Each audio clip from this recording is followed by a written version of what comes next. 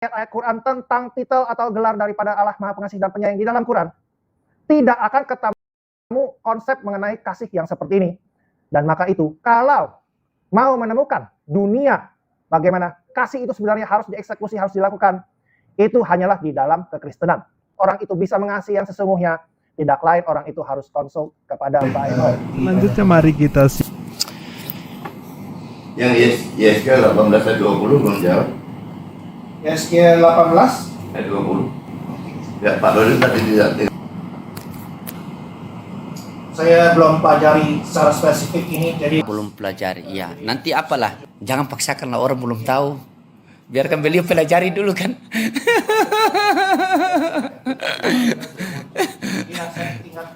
Iya. Pengajaran tentang penebusan dosa waris, kalau kita mengikuti pengajaran begitu memang susah. Nanti Bapak sendiri pun akan bingung. Padahal kalau mau lihat dari titel Bapak sudah S2 loh. Tapi masa dalam anak menanggung dosanya, anak tidak menanggung dosa bapaknya, bapak tidak menanggung dosa anaknya, itu saja pun Anda bingung. Nah, sebenarnya ayatnya sangat mudah dipahami. Problemnya adalah bertentangan dengan doktrin yang diimani oleh Kristen. Michael, yang memang agak susah, agak ribet dijawab, atau sang penerima firman. Tuhan itu bisa jadi apa saja. Tuhan mau jadi air bisa, Tuhan mau jadi gunung bisa, Tuhan mau jadi pohon bisa, Tuhan mau jadi api bisa. Wong dia maha kuasa. Tapi pertanyaannya pantas dia mengajarkan kan kepada murid-muridnya untuk berdoa kan, kepada doa Allah Bapa itu kan Yesus mengajarkan kepada murid-muridnya. Begitu. Bagaimana bisa doa Bapa kami yang di sorga, dikuduskanlah namamu, datanglah kerajaan. Doa ini diajarkan oleh Yesus kepada murid-muridnya.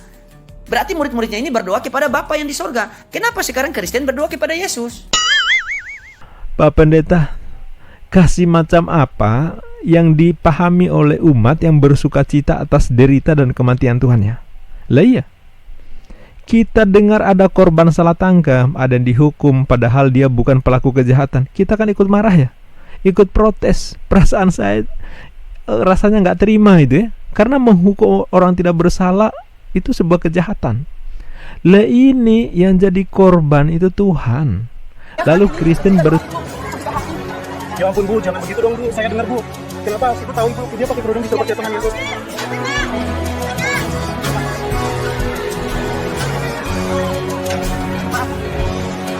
Apa yang dilakukan apologet muslim membahas keyakinan kalian adalah reaksi, bukan aksi. Selama kalian masih mengusik apa yang menjadi iman kami, keluar masuk kampung menjual agama kalian ke kami, maka selama itu pula kami akan hadapi, membedah apa yang kalian tawarkan sebagai bentuk perlawanan anasir-anasir penyesatan dan pemurtadan yang gentayangan dan kalian tebang. Assalamualaikum warahmatullahi wabarakatuh. Bismillahirrahmanirrahim. Sahabat Fakta Islam TV, di sini saya akan tayangkan detik-detik Evangelis Michael, pendeta S2 yang berapi-api saat berdebat dengan apologet Muslim PST Loading yang datang jauh-jauh dari Ternate ke Surabaya, masuk ke kandang domba dan gembala di gereja GKRI Golgota yang dikelola pendeta Budi Asali. PST Loading ngakak setelah si pendeta sangat bersemangat menjelaskan tentang ajaran kasih di Kristen yang katanya hanya di Bible ada jelas konsep kasih. Bangga dengan doktrin penebusan dosa yang katanya itu bentuk kasih Allah yang luar biasa terhadap manusia. Bahkan si pendeta nyenggol-nyenggol ayat Al-Quran dan surah Al-Fatihah, lalu menyimpulkan bahwa di Islam ada istilah pengasih tetapi tidak ada pengajaran ditemukan bukti tentang kasih. Tapi laksana disambar petir, pendeta Michael mendadak linglung, terdiam sekian menit kemudian menyerah ya. Karena ternyata ada ayat Bible yang memastikan soal dosa ditanggung masing-masing. Bapak tidak menanggung dosa anaknya, begitupun sebaliknya. Waduh, ambiar ya. Doktrin keselamatan yang dipromosikan si pendeta ini mendadak basi seketika. Gembala tumbang di kandangnya di hadapan domba-dombanya. Malunya minta ampun. Mari kita simak. Ada perintah mengasihi, barang siapa tidak mengasihi ia tidak mengenal Allah. Di sini disebutkan Allah adalah kasih ya, jadi salah satu sifat daripada Allah sejati adalah kasih. Nah, bagaimana sih diuraikan maksud daripada kasih itu? Itu kita bisa dapatkan daripada 1 Korintus 13 ayat 4. Kasih itu sabar, kasih itu murah hati, ia tidak cemburu, ia tidak membegahkan diri dan tidak sombong, ia tidak melakukan yang tidak sopan, tidak mencari keuntungan diri sendiri, ia tidak pemarah, tidak menyimpan kesalahan orang lain. Jadi kasih itu harus sekali lagi ada objek. Ya, untuk yang dikasih itu siapa? Baru bisa mengasihi. Nah, ia tidak bersukacita karena ketidakadilan, tapi karena kebenaran. Ia menutupi segala sesuatu, percaya segala sesuatu, mengharapkan segala sesuatu, sabar menanggung segala sesuatu, dan kasih tidak berkesudahan. Dan ini adalah personifikasi daripada kasih Yesus. Jadi kalau saya mau klaim, diperiksa ayat-ayat Quran tentang titel atau gelar daripada Allah Maha Pengasih dan Penyayang di dalam Quran, tidak akan ketemu konsep mengenai kasih yang seperti ini. Dan maka itu, kalau mau menemukan dunia bagaimana kasih itu sebenarnya harus dieksekusi, harus dilakukan, itu hanyalah di dalam kekristenan. Sehingga harus buka cek Bible, dan sehingga dengan kata lain, untuk mau mengetahui bagaimana Allah itu kasih yang sesungguhnya, dan bagaimana harus orang itu bisa mengasihi yang sesungguhnya, tidak lain orang itu harus konsul kepada Bible. Selanjutnya mari kita simak bagaimana ekspresi evangelis Michael ini saat menghadapi pertanyaan terkait dengan satu ayat yang justru kontra dengan doktrin penebusan dosa. Konteksnya daripada 1 Korintus 5. Nah, ada apa lagi mungkin boleh ditanyakan lagi. Yang Yeskiel 18 ayat 20 belum jawab. Yeskiel 18 Ayat 20. Ya, Pak Dodi tadi tidak sebutkan ayatnya, dimaksud Iya, saya baca isi. Tapi sebutkan bunyinya.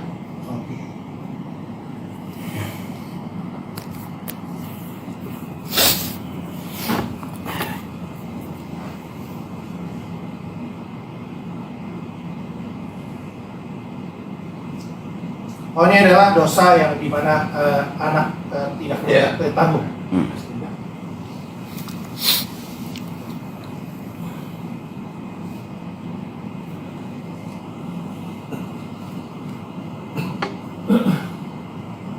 Saya belum pelajari secara spesifik ini,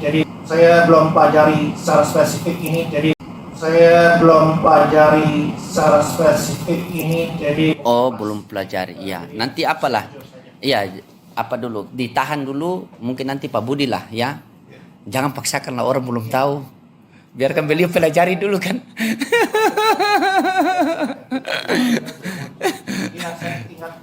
Iya.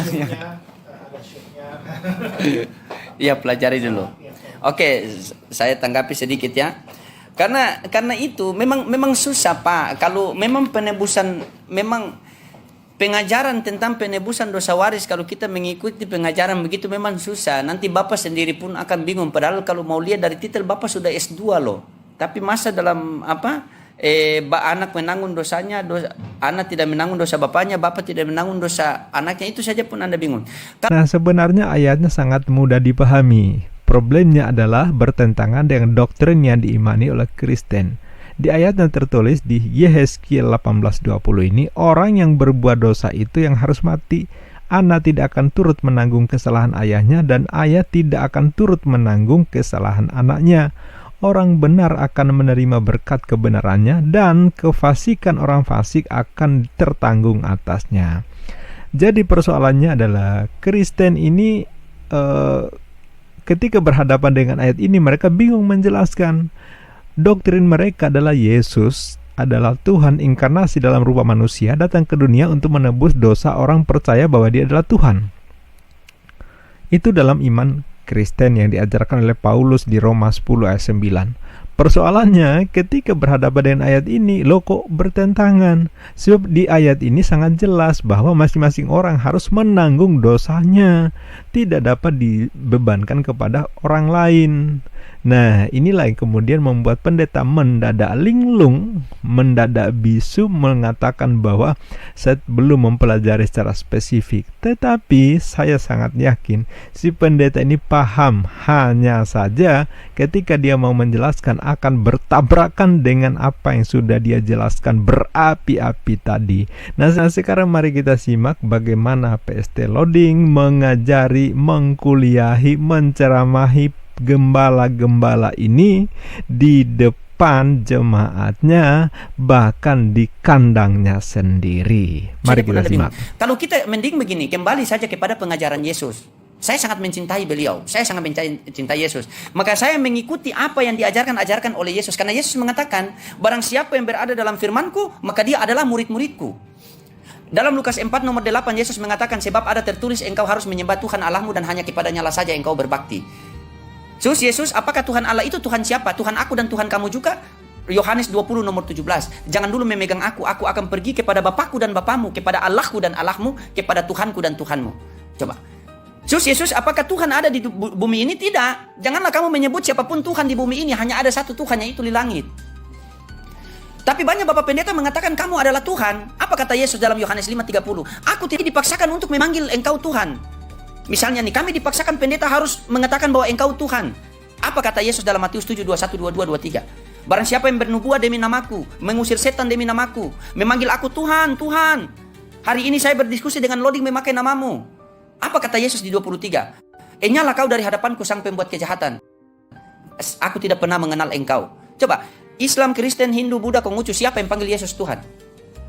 Kenapa ketika memanggil Yesus Tuhan diusir? Bersemayam di dalam terang yang tak terhampi. Orang pun yang dapat melihat dia dan manusia pun tidak bisa melihat dia. Itu. Nah, ini paham saya ya. Saya melihat, membaca. Bagaimana? Oh, ternyata bukan dia datang ke dunia, melainkan dia mengutus utusannya datang ke dunia. Makanya dijelaskan dalam Yohanes 1:18. Kan? Yohanes 1:18 dikatakan, tidak ada seorang pun yang dapat melihat Allah, melainkan anak yang ada di pangkuannya yang menyatakannya.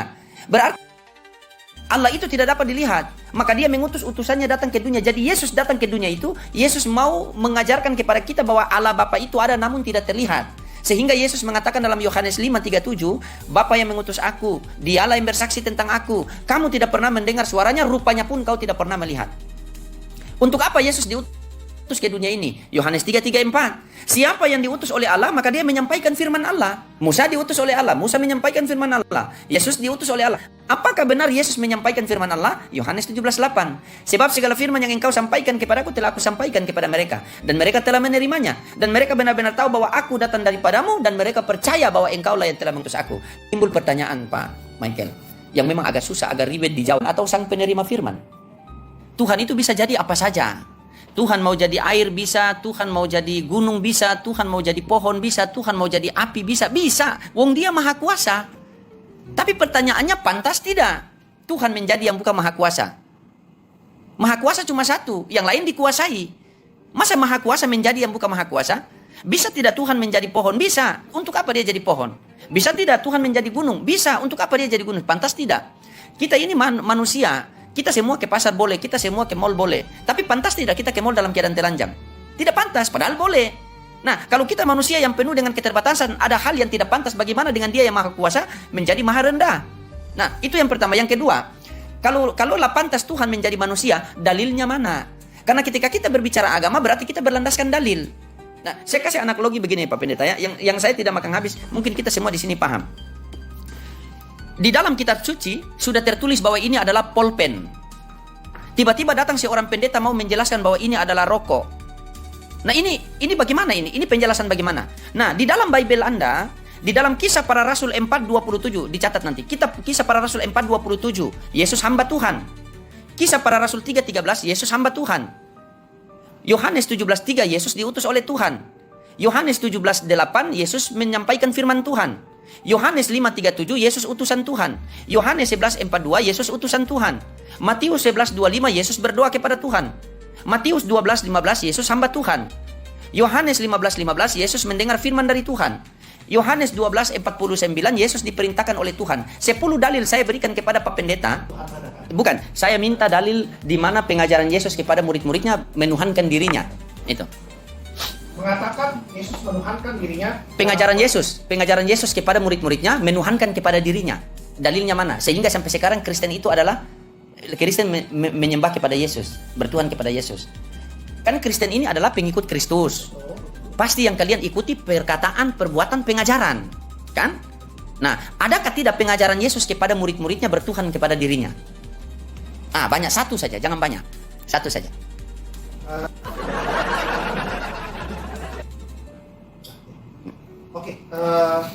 Di sini dikatakan Yohanes 11 kita tahu ya, karena begitu besar kasih Allah ke dunia ini sehingga ia telah mengaruniakan anak yang tunggal supaya setiap orang yang percaya kepadanya tidak binasa melainkan beroleh hidup kekal. Ya, sebab Allah telah mengutus anaknya ke dalam dunia bukan untuk supaya dan susah. Tapi di ayat 18 dikatakan barang siapa percaya kepadanya ia tidak akan dihukum. Ya, barang siapa tapi dikatakan tidak percaya ia telah berada di bawah hukuman sebab ia tidak percaya dalam anak tunggal Allah. Sehingga percaya kepada Yesus ini ya, itu adalah mutlak yang istilahnya tindakan daripada setiap murid Kristus ini ya, yang di dalam hubungannya dengan Tuhan. Ya, jadi di sini tadi ditanya satu ayat ya, ini ayatnya satu contoh. Tapi bukan berarti menuhankan, di mana Kristus menuhankan bukan berarti di mana dia sebelumnya manusia, kemudian Yesus itu kemudian menjadi Tuhan, sifatnya menjadi Tuhan. Itu bukan yang di dalam konsep kekristenan, di mana sebenarnya dia sudah ada sejak kekekalan sesuai Yohanes 1 tadi. Siap-siap, oh ya, aku ada sebelum Abraham ada, ya. Berarti Tuhan itu baru ada, bukankah Tuhan itu ada sebelum kata ada itu ada, dan Tuhan tetap ada sebelum kata ada itu, walaupun kata ada itu tidak ada lagi. Tuhan itu kan tetap ada. Kalau kita mengutip bahwa aku ada sebelum Abraham ada, Nabi Adam punya Tuhan siapa berarti? Karena Tuhan baru ada setelah Abraham ada. Kan? Aku ada sebelum Abraham ada. Kan? Kenapa tidak sekalian aku ada sebelum Adam ada? Adam kan lebih dulu kan? Berarti setelah Adam siapa Tuhan? Belum ada Yesus. Belum ada ini. Kenapa bukan sebelum Adam? Kenapa bukan sebelum Adam ya? Oke. Ini karena yang dicatat pada saat itu perkataan Tuhan Yesus itu adalah yang dijadikan patokan adalah Abraham. Sehingga kita menafsirkan Dia mengajarkan kan kepada murid-muridnya untuk berdoa kan, kepada doa Allah Bapa itu kan Yesus mengajarkan kepada murid-muridnya. Begitu. Bagaimana bisa doa Bapa kami yang di sorga, dikuduskanlah namamu, datanglah kerajaan. Doa ini diajarkan oleh Yesus kepada murid-muridnya. Berarti murid-muridnya ini berdoa kepada Bapa yang di sorga. Kenapa sekarang Kristen berdoa kepada Yesus?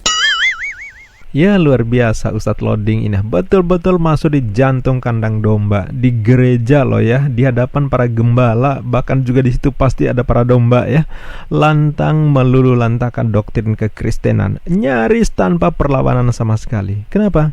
Pendeta Michael ini mencoba menyerang, tapi serangannya malah nampol jidat sendiri, jadi blunder dia ya. Pertama, soal katanya Allah udah mengadakan kasih sebelum segala sesuatu diciptakan ya, konsisten katanya dia ya, abadi, yaitu Bapa, Putra, Roh Kudus saling mengasihi satu sama lain ya.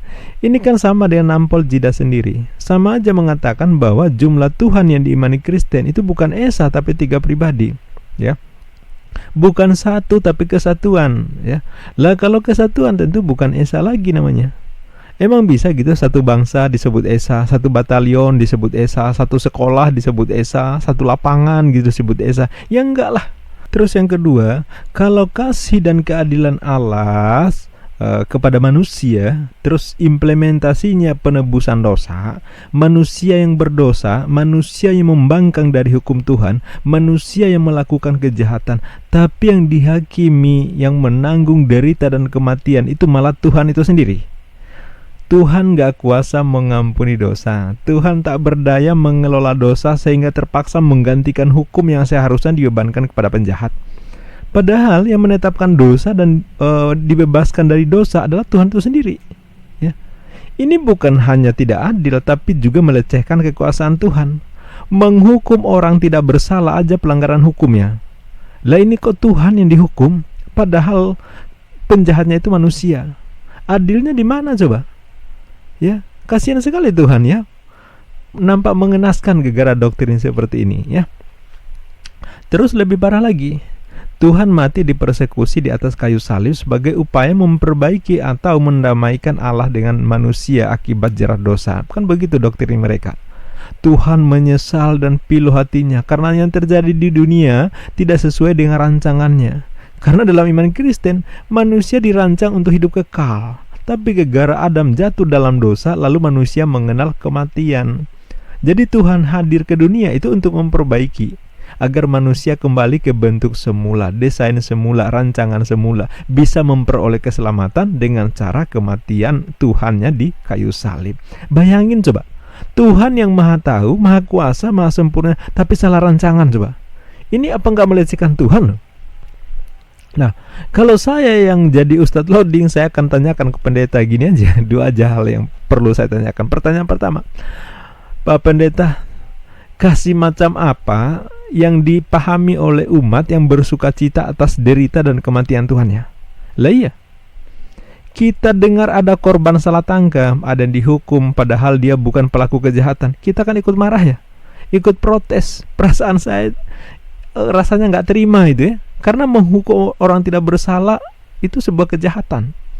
Lah ini yang jadi korban itu Tuhan, lalu Kristen bersuka cita atas derita dan kematian Tuhannya. Ini kasihnya gimana ya? Manusia aja yang jadi korban kita prihatin, lah ini Tuhannya yang jadi korban. Mereka bersuka cita atas derita dan kematian Tuhannya. Coba itu, kasih macam apa coba ya?